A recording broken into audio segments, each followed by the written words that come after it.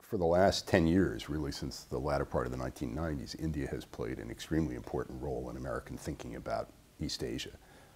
And there's been an attempt ongoing by a series of American administrations to develop a closer strategic relationship with India for a whole variety of reasons.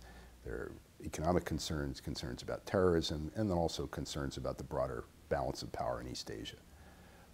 As far as how India can be brought more into an East Asian paradigm, I think it's partly through bilateral relationships, not only with the United States, but with other countries in the region, including Japan, Australia, but also I think increasingly over time there's going to be multilateral cooperation among the Asian democracies that share not only interests but values, and India is going to play an extremely important part in that. I think the United States is more strategically relevant now in many ways than it's ever been, and that's in large part because of the rise of China and Chinese power and the concerns that that has created among other countries in the region about the stability and the distribution of power in Asia.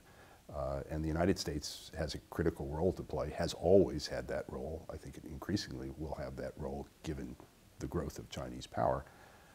So the U.S. is absolutely central. The question is, or the two questions are, will the U.S. effectively play that role? And secondly, will others in the region cooperate with the U.S. and with one another in order to achieve common objectives? So it's important that the U.S. do it. It's not inevitable that we will do it. U.S. European allies have not been engaged strategically in Asia for the most part. Their concerns have been economic.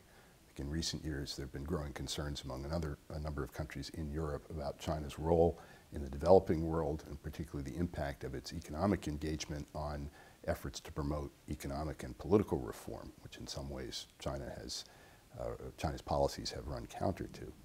I think from the U.S. perspective, first and foremost, the European countries can participate in an effective way, both by delivering some common messages to China's leaders about their policies and the likely impact on the stability of the international system, and also by continuing the policies that they've pursued for the last 20 years of withholding the transfer and sale of certain kinds of technologies that may be militarily useful to China.